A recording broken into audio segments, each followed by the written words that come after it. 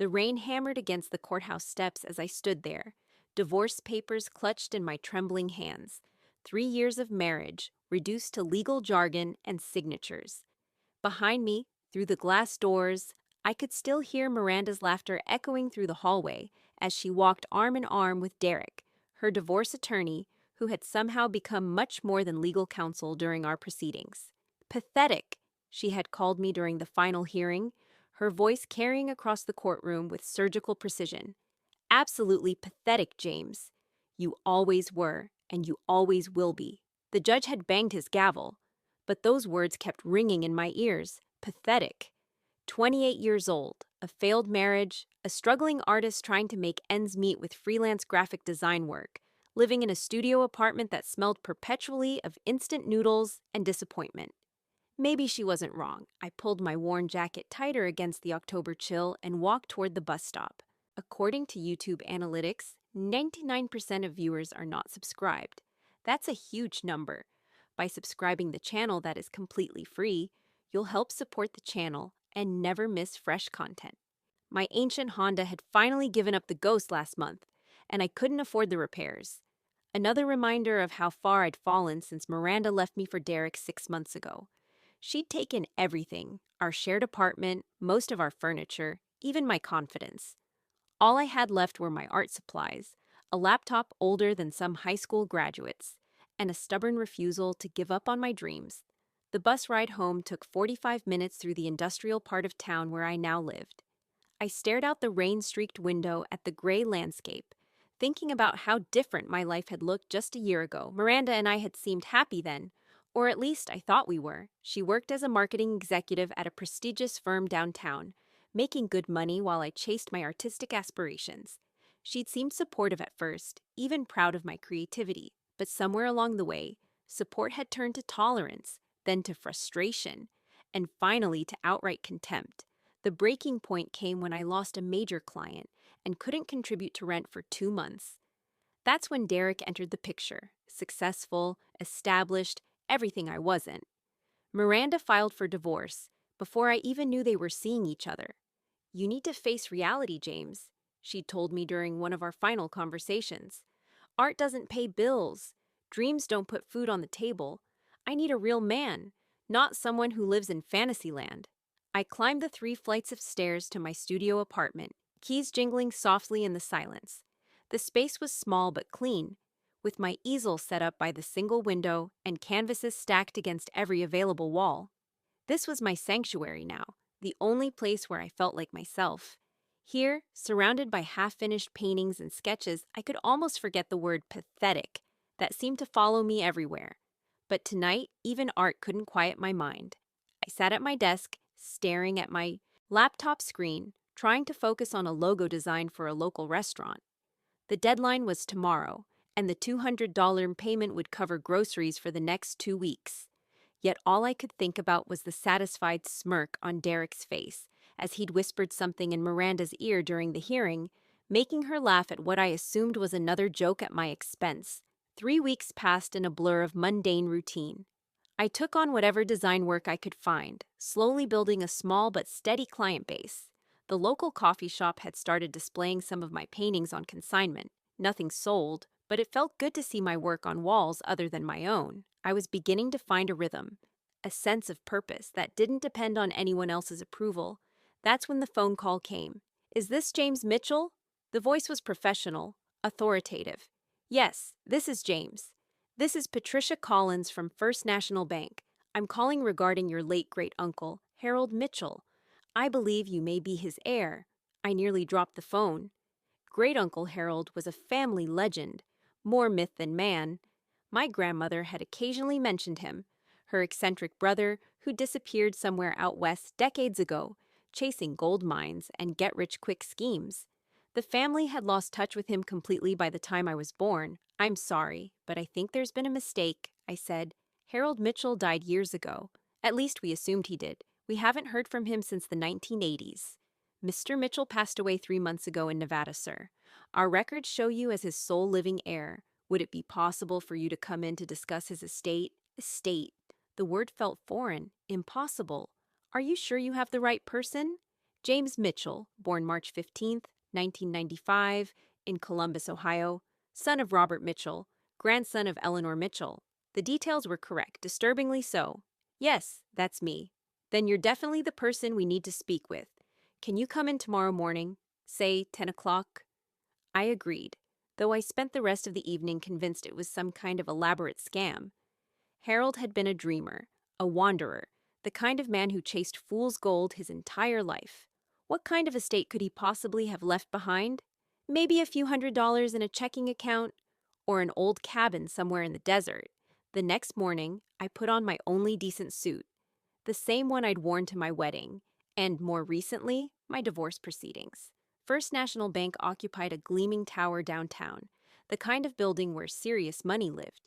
I felt out of place the moment I walked through the revolving doors, my reflection ghost-like in the polished marble floors. Patricia Collins turned out to be a woman in her 50s with kind eyes and an immaculately organized desk. She gestured for me to sit across from her, then opened a thick file folder with my name on the tab. Mr. Mitchell, I'll be direct with you. Your great-uncle Harold was quite an interesting man. Our bank has been managing certain aspects of his estate for the past 15 years, since he became too ill to handle his own affairs. She paused, studying my face carefully. Harold Mitchell died 3 months ago at the age of 87. He left behind a rather significant estate, and according to his will, you are the sole beneficiary. I don't understand. Harold was, well, my grandmother always said he was a bit of a dreamer.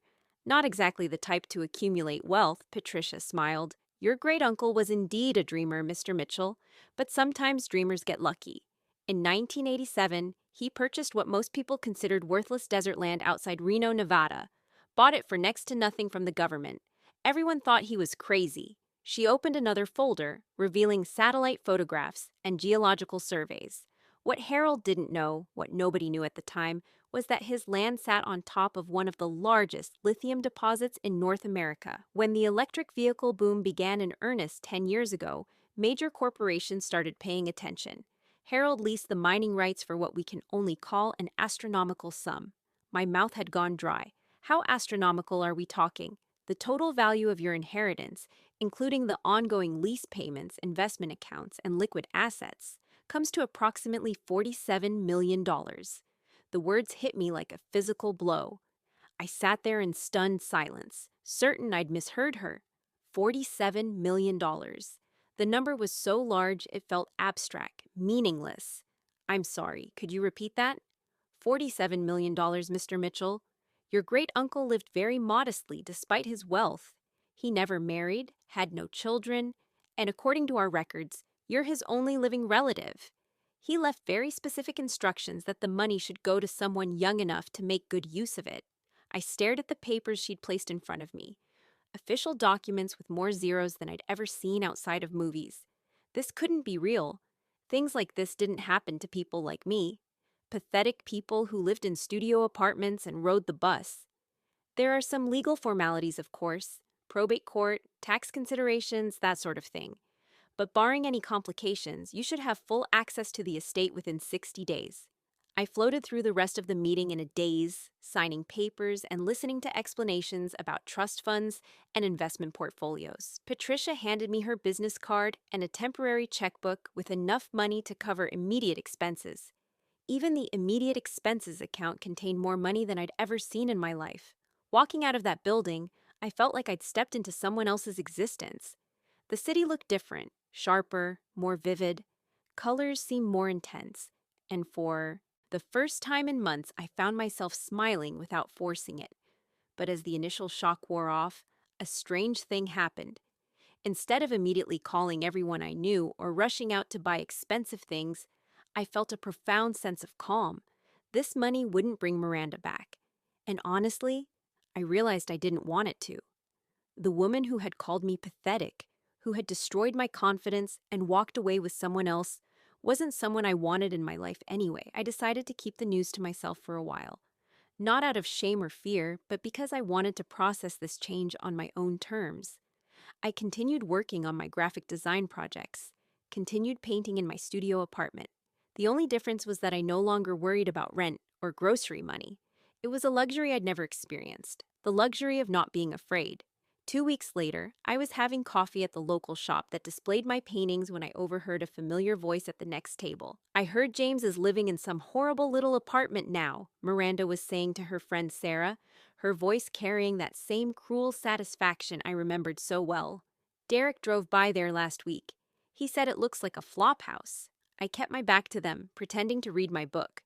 "You really dodged a bullet with that one," Sarah replied. "I never understood what you saw in him anyway. He always seemed so, I don't know, immature." Pathetic is the word I'd use, still playing with crayons at 28 years old. "Derek makes more in a month than James probably sees in a year." They laughed, the sound sharp and cutting. A few months ago, their words would have destroyed me. Now, they simply rolled off like water. I had 47 million reasons not to care about Miranda's opinions anymore. But more importantly, I discovered something worth much more than money: self-respect. I finished my coffee quietly and left without acknowledging them. But as I walked past their table, I noticed Miranda's eyes follow me, something like confusion flickering across her face.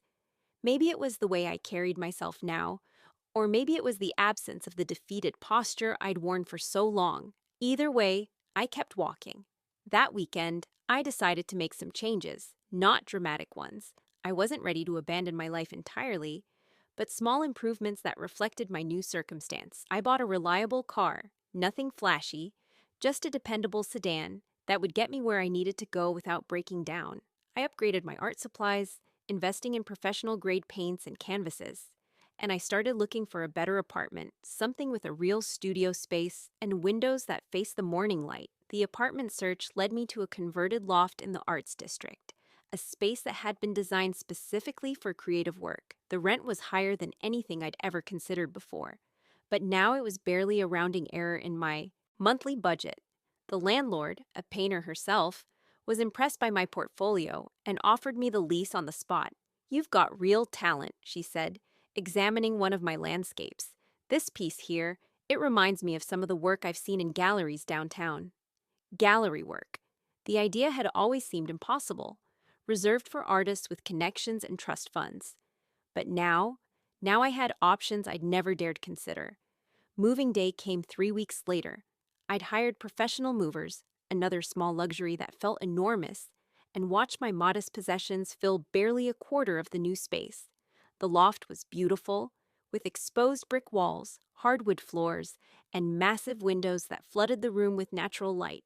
For the first time since my divorce, I felt like I was moving forward instead of just surviving. I was directing the movers when my phone rang. Unknown number, local area code. "James, it's Derek Richardson, Miranda's friend." I almost laughed at his careful phrasing. "Hello, Derek. What can I do for you?" "Look, I'll be straight with you. Miranda and I are having some financial difficulties. Her company downsized, and she was let go last month. We were wondering if you might be willing to help out with some temporary financial support, just until she gets back on her feet." The audacity was breathtaking. The same man who'd helped destroy my marriage, who'd whispered jokes about my poverty, was now asking me for money. And he didn't even know about my inheritance yet. "I'm sorry to hear about Miranda's job," I said. And I genuinely was. "But I don't think I'm in a position to help financially." "Come on, James. I know things ended badly between you two, but she's really struggling. And it's not like you have much to spare anyway, right? Maybe just a few hundred to tide her over?" The casual cruelty in his voice, the assumption that I had nothing to give, crystallized something inside me. These people had spent months making me feel worthless, and now they wanted my help. Not because they respected me or cared about me, but because they assumed I was so pathetic I'd jump at the chance to win Miranda's approval. "I understand you're in a difficult situation," I said calmly, "but no, I won't be providing financial support. I'm sure Miranda will figure something out." I hung up before he could respond. That evening, I stood in my new studio space, setting up my easel by the window. The city sparkled below me, and for the first time in months, I felt inspired to paint. Not because I needed the money, or because I was trying to prove something to anyone, but because I genuinely wanted to create something beautiful. I was mixing colors on my palette when my phone buzzed with a text from an unknown number. "This is Miranda. Derek told me you refused to help me. I shouldn't be surprised. You always were selfish. Some things never change." I stared at the message for a long moment, then deleted it without responding. Some things never change. She was right about that. But some things do change. And the most important changes happen inside us, invisible to everyone else, until the moment they become impossible to ignore. Over the next month, I threw myself into my art with a passion I hadn't felt in years. Without the constant worry about money, I was free to experiment, to take risks with my work that I'd never been able to afford before. The paintings that emerged were different from anything I'd created, bolder, more confident, infused with a sense of joy I'd forgotten I possessed. Word began to spread through the local arts community. The coffee shop sold 3 of my pieces in 1 week. A small gallery asked to include 2 of my paintings in a group exhibition. Nothing huge, but real progress. The kind of artistic recognition I dreamed about for years. It was during the gallery opening that karma finally played its hand in the most spectacular way imaginable. I was standing near my paintings, talking with a collector who'd expressed interest in commissioning a piece, when I heard familiar voices near the entrance. Miranda and Derek had arrived, dressed expensively, but somehow looking smaller than I remembered. They hadn't seen me yet, and I watched as they made their way through the gallery, glasses of wine in hand. "I still can't believe James has work in here," Miranda was saying to Derek. "The gallery owner must be desperate for pieces to fill wall space." "Probably friends of his or something," Derek replied. "Pity purchases. You know how these artsy types stick together." They approached my section of the gallery, and I saw Miranda's expression change as she recognized my paintings. There was surprise there, and something else. A flicker of the admiration she used to show for my work, back when we were happy. "These are—" She paused, studying the largest canvas. "These are actually good." "They're okay," Derek said dismissively. "Nothing special, probably priced dirt cheap, too." That's when the gallery owner, Rebecca, approached them with a warm smile. "Are you interested in these pieces? They're by James Mitchell, one of our most promising new artists. He's incredibly talented." Miranda's face went pale. "James Mitchell?" "Yes, do you know him?" "He's right over there, actually." Rebecca gestured toward me. I walked over, wineglass in hand, feeling more confident than I had in years. "Hello, Miranda. Derek?" Miranda stared at me as if she was seeing a ghost. "James, how are you?" "In a gallery," I finished. "Well, Rebecca liked my work. We're discussing a solo exhibition for next spring." Derek's mouth had fallen open slightly. "A solo exhibition?" Rebecca beamed. "James's pieces have been incredibly popular. This landscape here," she pointed to the painting Miranda had been admiring, "sold on opening night for $8,000. The silence that followed was deafening. I watched as Miranda did the mental math, realizing that I'd made more from one painting than she thought I made in months. "8,000?" Derek repeated weakly. "And that's just the beginning," Rebecca continued, oblivious to the tension she was creating. "James has such a unique vision. I predict his pieces will be worth significantly more within a year or 2. He's exactly the kind of artist galleries dream of representing." Miranda found her voice first. "James, I had no idea your work had gotten so professional." "People change," I said simply. Rebecca excused herself to attend to other guests, leaving the 3 of us standing in awkward silence. I could see Miranda struggling with something, perhaps remembering all the times she'd dismissed my art as worthless fantasy. "I should congratulate you," she said finally. This is really something." "Thank you." Derek cleared his throat. "Look, James, about that phone call last month, maybe we got off on the wrong foot.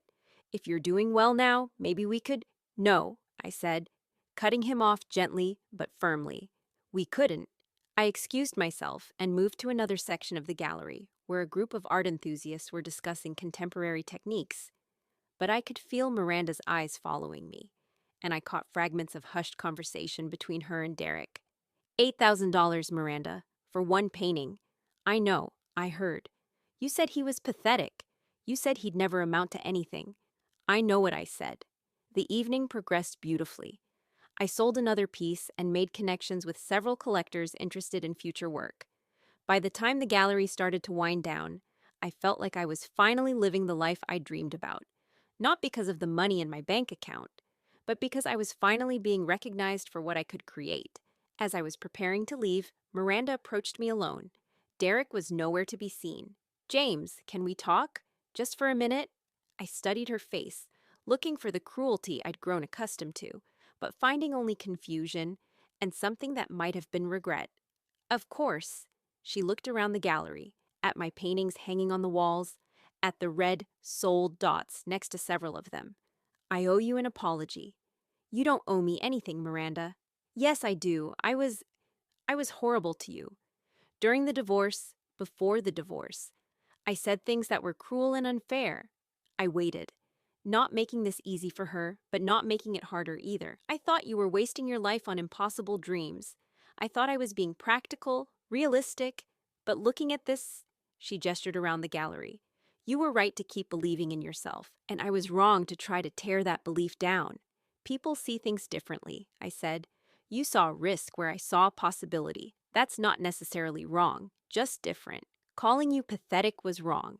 It was more than wrong. It was cruel. Her voice cracked slightly. You're not pathetic, James. You never were. You're extraordinary. And I was too scared and small-minded to see it. The apology felt genuine, but I also recognized it for what it was. Too little, too late. The woman standing in front of me had destroyed my confidence and walked away when I needed support most. Her recognition of my worth now, when I no longer needed it, felt more like an epitaph than a reunion. I appreciate the apology, I said. I really do, but we can't go back, Miranda. Too much has happened. She nodded, tears starting to form in her eyes. I know. I needed you to know that I was wrong about you. Completely wrong. I forgive you, I said, and meant it. But forgiveness doesn't mean we pretend the past didn't happen. She left after that, and I never saw her again socially, though I heard through mutual acquaintances that she and Derek had broken up a few months later. Their financial problems had apparently put too much strain on their relationship. It seemed that Derek, for all his success, wasn't the stable provider Miranda had thought he was. 6 months after the gallery opening, I received another call from Patricia Collins at First National Bank. The legal formalities had been completed, and I now had full access to my inheritance. $47 million, sitting in investment accounts that Patricia's team had been managing expertly during the transition period. Have you given any thought to what you'd like to do with the money, Mr. Mitchell? She asked during our meeting. I'd actually given it considerable thought. Money, I'd learned, was a tool, powerful, but meaningless without purpose behind it. I wanted my purpose to align with my values. I'd like to set up a foundation, I said, something to support struggling artists, grants for art supplies, studio space, exhibition opportunities, the kind of help I could have used a year ago, Patricia smiled. That sounds like an excellent use of the funds. Your great-uncle would have approved, I think. He always believed in supporting dreamers. The Mitchell Foundation for Emerging Artists launched 6 months later. We started small, offering 50 grants of $5,000 each to artists who were struggling to make ends meet while pursuing their creative work. The response was overwhelming. Hundreds of applications from painters, sculptors, writers, musicians, and digital artists who just needed a chance to prove themselves. Reading through their stories, seeing their portfolios, I was reminded of my own journey. These were people with talent and passion, but no resources. People who'd been told they were impractical dreamers. People who just needed someone to believe in them. One of our first grant recipients was a young woman named Sarah Chen, a sculptor working with recycled materials while living in a converted garage.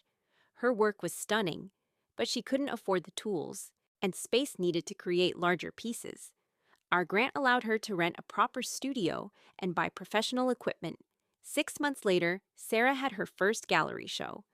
A year after that, one of her sculptures was acquired by a major museum. She wrote me a letter that I keep framed in my studio. You gave me more than money.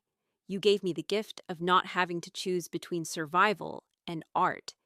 You let me dream without starving. Thank you for believing in something you'd never even seen.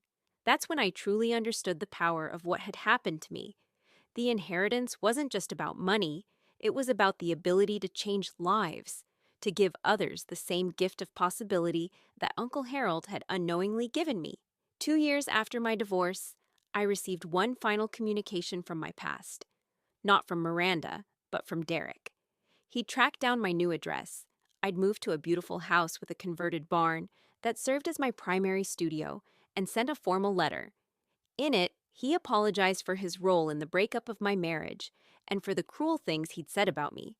He asked if I might consider providing a reference for a new job he was seeking, mentioning that he'd heard about my success and my foundation work. The letter was professionally written, but desperate in its tone. Clearly, Derek was struggling professionally and hoping that my newfound status might help him. I could have ignored it or sent back a curt refusal. Instead, I wrote a brief but honest response. Derek, I appreciate your apology. However, I didn't know you well enough during our brief acquaintance to provide a meaningful professional reference. I wish you the best in your job search. It was the truth, but it was also a gentle way of declining to help someone who had gone out of his way to hurt me when I was vulnerable. Sometimes the most powerful response to cruelty is simple, dignified indifference. 5 years have passed since that rainy day outside the courthouse when Miranda called me pathetic. My life now bears no resemblance to the broken man who stood on those steps, clutching divorce papers, and wondering if he'd ever amount to anything. The Mitchell Foundation has grown into a nationally recognized organization, providing millions of dollars in grants to emerging artists. We've helped launch hundreds of careers and funded community art programs in underserved neighborhoods. My own artwork has evolved too. I now show in galleries across the country, and my pieces command prices I never dreamed possible. But the real transformation isn't in my bank account or career success. It's in the deep, unshakable knowledge that I am not pathetic, never was pathetic, and never will be pathetic. I am a man who creates beauty in the world, who helps others achieve their dreams, who turns vision into reality through dedication and hard work. Sometimes, late at night in my studio, I think about Uncle Harold. I never got to meet the man who changed my life so dramatically, but I've learned more about him through old friends and records Patricia tracked down. He was indeed a dreamer, but he was also someone who believed in taking calculated risks and never giving up on possibilities others couldn't see. In many ways, I think Harold and I would have understood each other perfectly. We were both men who believed in something more than what others thought was realistic or safe. The difference is that Harold struck it rich through luck and perseverance, while I inherited not just his money, but his faith in the impossible. Miranda was wrong about many things, but she was right about one. Some things never change. I will always be a dreamer. I will always believe that art matters, that beauty has value, that imagination can transform the world. These aren't weaknesses or signs of being pathetic. They're the very qualities that make life worth living. The rain has stopped outside my studio windows, and morning light is streaming across my latest painting, a landscape of the Nevada desert where Uncle Harold found his fortune. It's a piece about possibility, about the hidden treasures that wait beneath surfaces others dismiss as worthless. In a few hours, I'll drive to the foundation offices, where our staff is reviewing applications for this year's grants. Somewhere in that stack of submissions is the next Sarah Chen, the next struggling artist who just needs someone to believe in their impossible dreams. Karma didn't just give me money, it gave me purpose. And perhaps that's the most beautiful irony of all. Miranda thought she was destroying me when she called me pathetic, but her cruelty was the catalyst that led me to discover who I truly was. Not a pathetic dreamer, but a man capable of making dreams come true for others. The phone is ringing now, probably Patricia, with updates on our latest investment portfolio. The foundation continues to grow, which means we can help even more artists pursue their impossible dreams. I answer with a smile, ready to discuss how we'll turn today's possibilities into tomorrow's realities.